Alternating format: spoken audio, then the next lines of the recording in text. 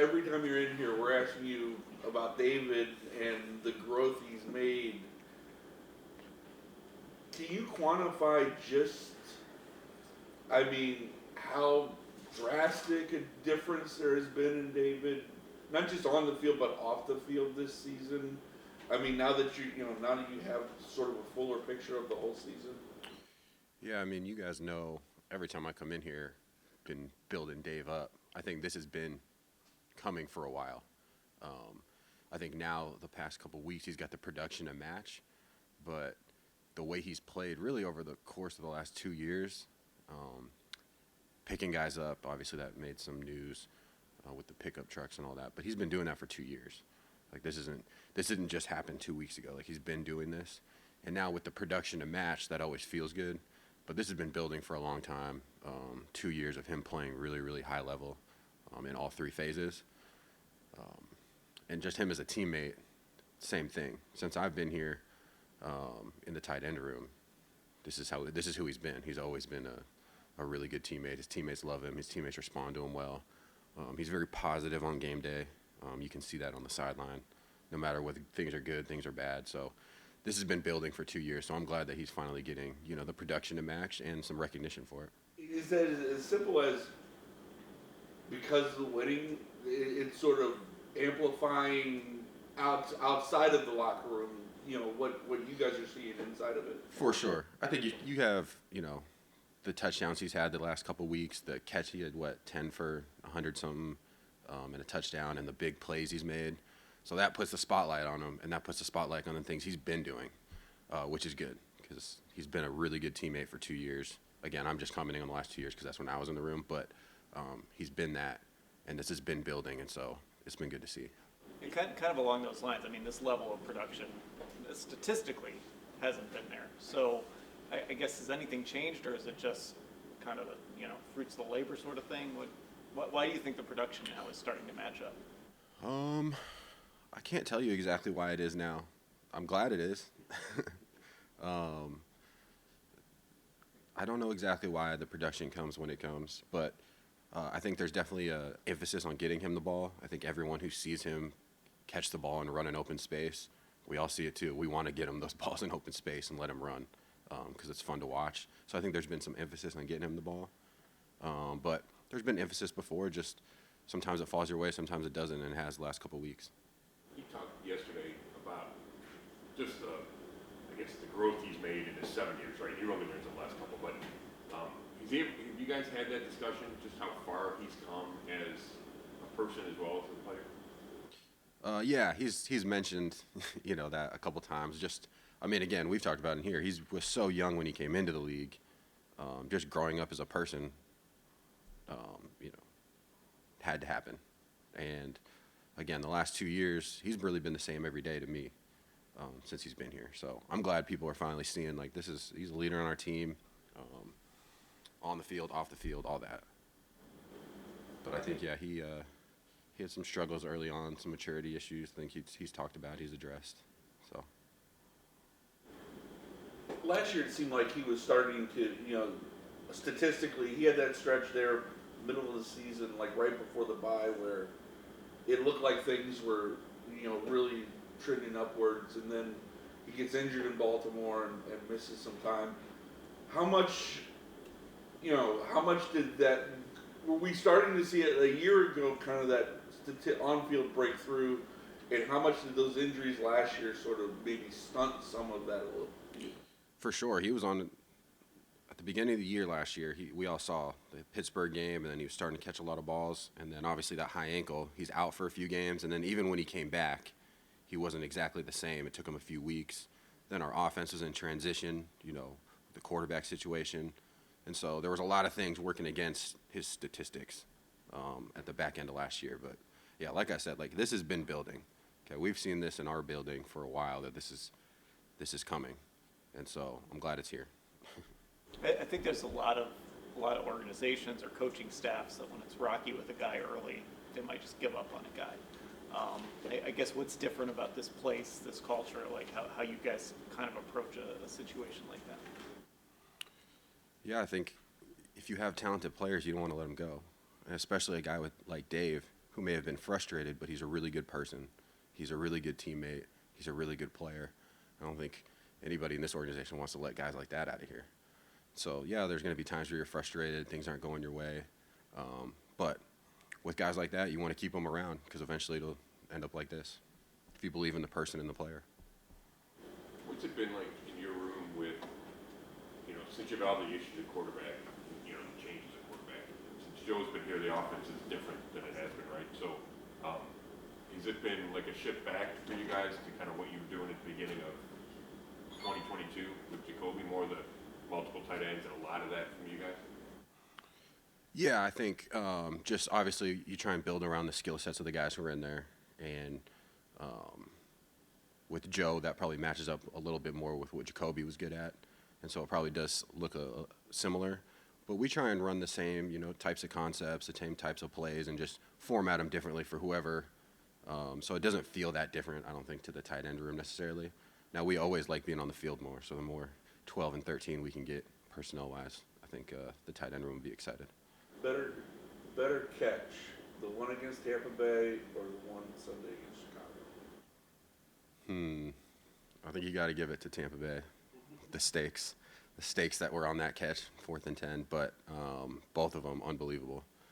It's the first time Dave's had a few where he lets his feet get out of bounds. So I was happy to see that one get inbounds. Good. Appreciate it. Everybody else has made the case for Miles for Defensive Player of the Year. I guess it's your turn.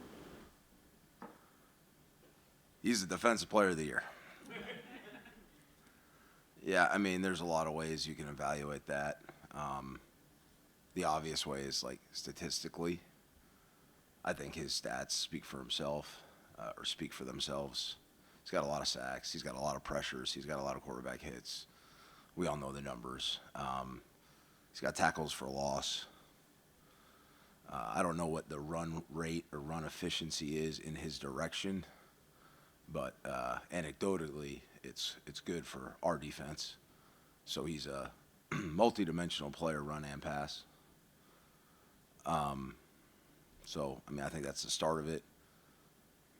And then I think you got to dig a little deeper beyond that. It's just a unique situation where the way that the opponents are forced to prepare for him, for Miles, is unique. Like, this doesn't happen that often. I don't think there's another player in the world that commands this type of respect and preparation and allocation of time and resources week in, week out in the game plan. I mean, Coach McVay from the Rams alluded to it, right? That's documented. I know he's not the only offensive coordinator or head coach that has the same sentiment. He's continually being doubled, whether it's by the tight end on the line of scrimmage or the back from the backfield. That's, I think, obvious to my wife and kids who watch it on TV. You don't have to be a coach or a, experienced media person, a reporter to know that. The center slides in his direction quite often. Some of the techniques you see offensive linemen use to try to block him are unique or different. They have to resort to use techniques that a lot of people don't have to use or probably aren't taught that much to actually block an edge rusher.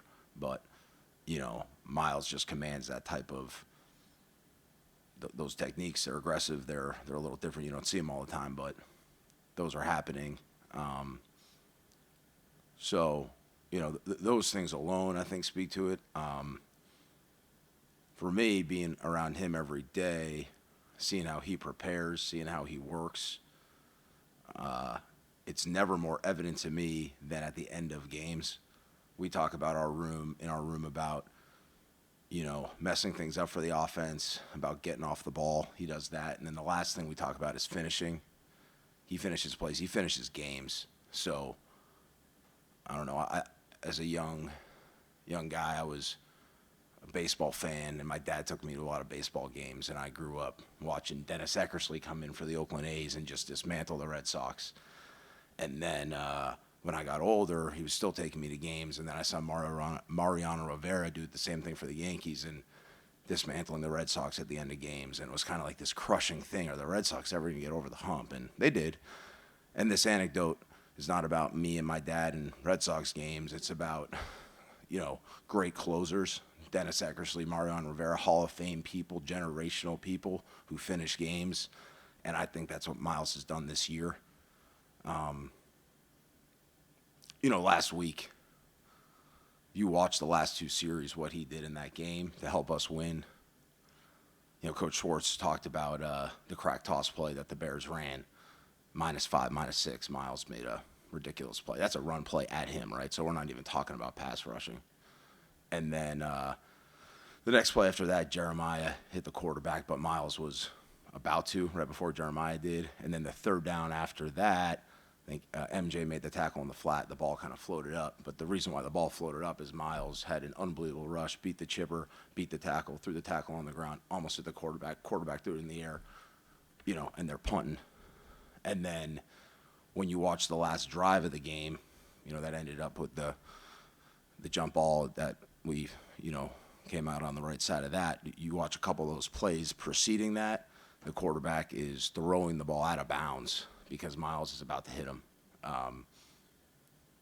If we go back the week before that, when we were victorious versus Jacksonville, there was a third down where Miles almost hit the quarterback, but it was a legitimate pressure. Wasn't able to finish that hit, but quarterback scrambled. That was a third and long. And they went for it on fourth down. We got off the field. Then the drive after that was the 2-minute drive where I think there were 13 plays in that drive, including the 2-point conversion. I think I had Miles for one pressure and like 5 hits.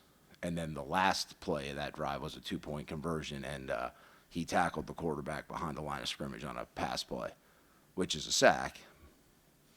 But it's a 2-point play, so it's not a sack. But it's a sack. So, I mean, and I'm not a, statistician, so, but, I mean, now we won that game by 4 points. If they converted that conversion, it's a 2-point game. It's a lot different going out for an onside kick on a 2-point score differential than a 4-point score differential, right? That's changing the game. That's closing and finishing the game. You watch the end of the Baltimore game at Baltimore when we won. How did that game end? It was Miles and Za'Darius run the quarterback down on the sideline. Week 1, which seems like 5 years ago, you remember Miles sack in the fourth quarter when he split it. So that's the end of my campaign, but the stats are there. The way people have to prepare for him is unique. Like, it's just different. And then the biggest thing is, the greatest thing you do in a game on defense is finish and close the game in a 2-minute drive. And there's other examples than the 4 I just gave, but he's doing that at a high level. I mean, he's our closer. How about the fact that Chris Kiffin is down there and, just knows everything about Miles? How do you think that will help them in their preparation for this game? Chris Griffin's an awesome guy. He's a great coach. I know him well. We worked together for a few years here. I'm excited to see him. I don't know if anybody's intel in the world is going to stop Miles. And they've got Laremy Tunsil coming back this game, possibly, or probably. Yeah. So, that's probably one of the best left tackles he's faced all season, right? Yeah, I mean, I'm excited to watch it. I know he's excited to compete with Laremy. I think you might have asked Mary Kay a similar question about Trent Williams when we played San Francisco. So it's going to be a battle. I mean, you got two of the best in the world going up against each other. And I think I said then I have the utmost confidence in the world that Miles can have success against anybody that he goes against. So I feel the same way. Sorry, I didn't mean to. No, go ahead. Off of that, though, what is it about Laremy? Because he has had some success against Miles comparative to other left tackles. What is it about him that makes him so good and such a great matchup for Miles? Well, I mean, when you're dealing with guys who are this talented and this experienced, played in the league for a while, like Laremy, like Miles, right? I mean, Laramy's got the experience. Like, he knows how to play the game. He's got really good feet. He's got good awareness. And then he's, high first round pick. He's got good arm length. He's got good anchor, good strength. So I mean, he's why you draft left tackles high in the draft, because they're good athletes. They're physical. They're long. They have good feet. They can cut off speed rushers. They can redirect and anchor versus power. So, you know, we know what good tackles look like. He's one of them. Yeah. All the good things that you said about Miles that he's done, it's still been, he's been a few games without a sack, right, not counting the two-point conversion. And we know he's frustrated by the lack of penalties, right? And he made that after that Jacksonville game. So, like, do you see any frustration level with him because maybe things aren't going his way because he's not getting those calls that he thinks he should be getting? Miles is a pretty focused, stoic guy in his demeanor. I mean, he shows emotion. We all do. But, yeah, I mean, I know inside, we all would like a penalty to be called here and there, but, that's not what we can control.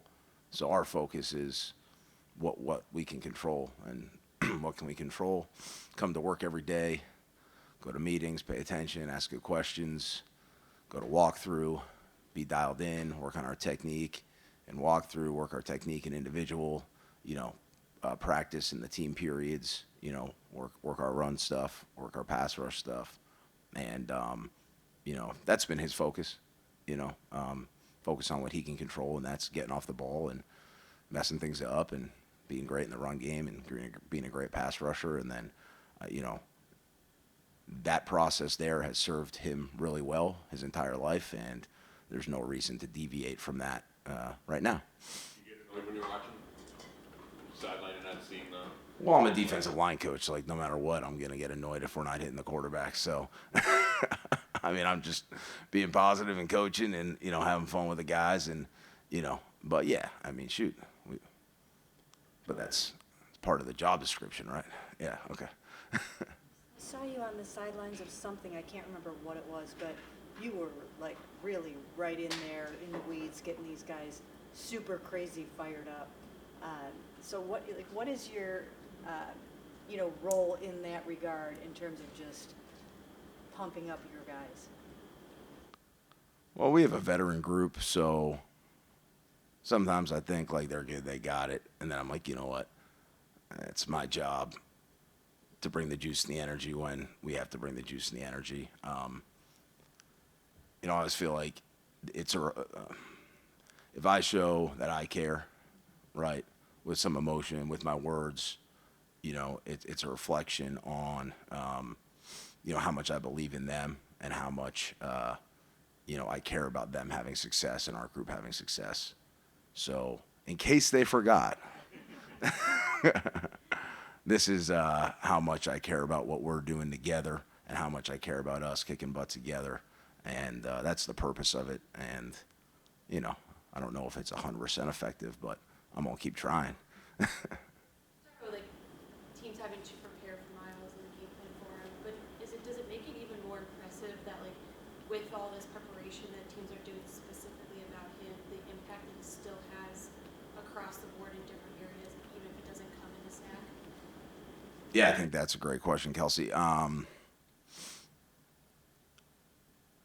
Yeah, because and we've had this conversation in this room about Z earlier in the year, if you evaluate everything on sacks, then that's your choice. But again, we have advanced metrics and we have people that chart things around the league, and we all have access to that data. So again, at the end of the Jacksonville game, he had a run of quarterback hits. I mean, he's hitting and making contact with the quarterback while being blocked by one or two people and forcing the quarterback to throw it early or incomplete or out of bounds. Those are pressures, those are hits, right? So they have a huge effect on the game, just like sacks, especially in situations like that on 3rd down and 2 minutes. So the fact that he's doing those things at a high rate in those situations while being blocked by multiple people with some questionable techniques, so to speak, yeah, I think that speaks enormously to, what he's still able to do with all the attention and, resources used to try to prevent him from doing just that, hitting the quarterback and sacking the quarterback and pressuring the quarterback. So, yeah, the answer is yes. How much Do you guys miss Obo? And what is your involvement in trying to, you know, communicate with him regularly and see what's kind of where this whole thing is going? We miss Obo. We miss his energy and his juice. He's got an incredible spirit about him that permeates through the whole group. I feel like times in the past week or so, there's times where we just kind of all dial in and work because, like, I'm thinking about him, like, what would Obo be saying right now if he were with me right now? You know, but he's not. And, you know, his energy, even though it's not with us, right with us on the practice field, it's there because he's still part of us. Yeah, I mean, we stay in touch, you know, text, talk on the phone. I know he's going through a process right now trying to figure out the best course of action for him in regards to his injury. And, you know, I'm not privy to the high-level decisions and stuff there, but I know he's doing everything he can to, you know, still be part of it. Say about him that he is fighting like crazy to get back here and play, even though he's got a torn pec, which we know he's got we know it's torn. So Yeah, I mean, what does it say about Obo? It says that Obo loves his teammates. He loves to play the game. You know, he finished the Jacksonville game, you know, injured and played some plays, and we were just low on numbers in that game, and it was really helpful to be able to rotate him in there a little bit. And he was, you know, he did a good job too, considering everything. So it says that he's tough. It says he loves his game, cares about his teammates, and he wants to do anything he can to be with us and playing games, and we love him for that. We've talked about it a little bit before, but Shelby got to start last week and we made a bunch of plays. What has he brought to you guys this season? Yeah, I mean, Shelby's a veteran dude who's had a lot of production in the league. I think it was a little bit of an adjustment when he got here just because the techniques that we use up front are different than some of the things that he had done for the majority of his career. And, you know, to his credit, he kept working through it because it's easy to revert to some of your old habits. And I think more and more we've seen in the last, you know, month or so, or maybe since the Arizona game, that, you know, it's starting to click for him more, it's become more natural and ingrained for him to use our attack style of football in defensive line play. And,